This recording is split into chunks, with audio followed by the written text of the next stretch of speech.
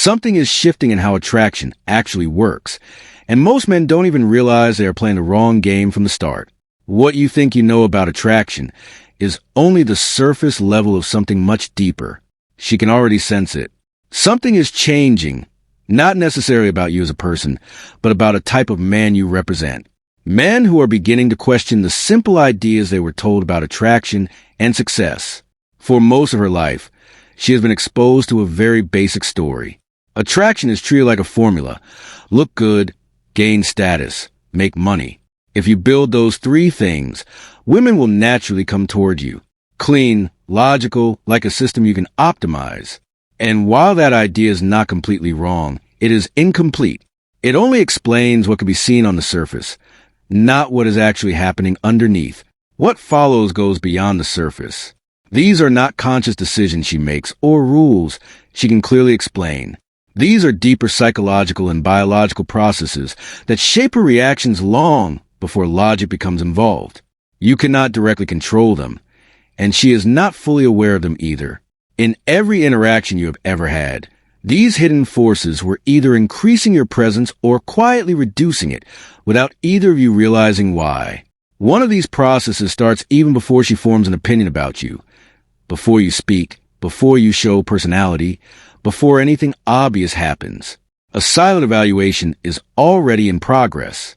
But before we get there, we need to understand why most men fail before they even realize what kind of system they are dealing with. Most men assume attraction is fixed. They believe a woman either finds them attractive or she doesn't, and that this judgment stays the same over time. So they behave in a consistent way. Same energy, same personality, same approach, expecting consistent results. Then confusion appears when the same behavior produces different reactions at different times. The truth is, attraction is not stable. A woman's internal state shifts over time, and these shifts influence what she responds to in the moment. It is not just mood on the surface. It is deeper internal changes that affect perception. At certain moments, boldness, intensity, and unpredictability feel more attractive. At other times, calmness, emotional safety, and stability become more appealing.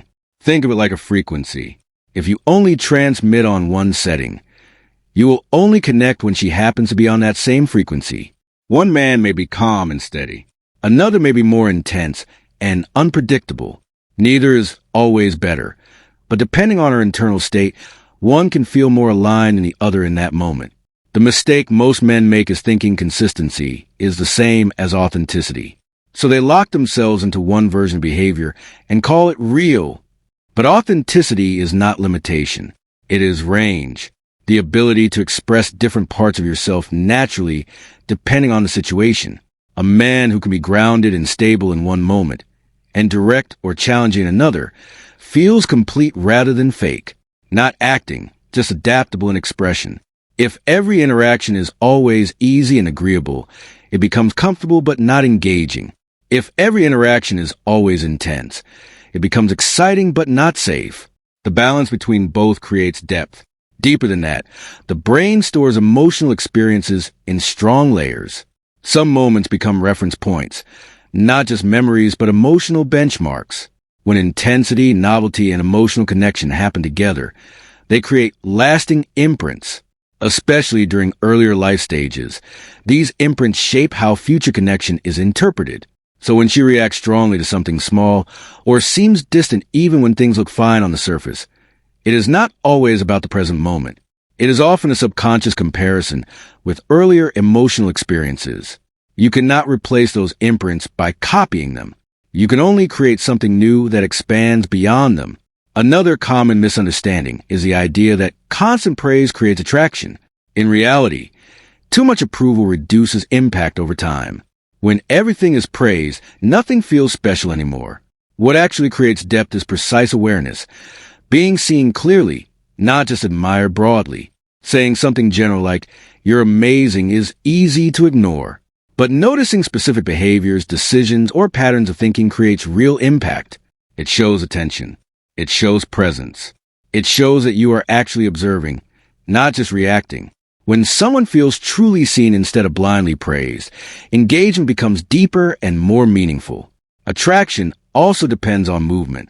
Not possession, but progression. If everything feels fully secured, interest fades. If something feels completely out of reach, interest also disappears. The strongest point exists in between, where there is progress but still discovery. A person who is growing, learning, and evolving naturally creates this effect. Their life is not static, so their presence does not feel predictable, like a story still unfolding. It keeps attention alive because there is always something new developing. All of this points to one simple idea. People respond to what is real, not what is performed. Not strategies, not masks, not rehearsed behavior, but genuine depth. Range only matters when it is developed, not copied. Confidence only matters when it is lived, not acted. Growth only matters when it is consistent, not temporary. At the core of everything is a simple question. Who are you when nothing is being performed? No audience, no strategy, no need to impress.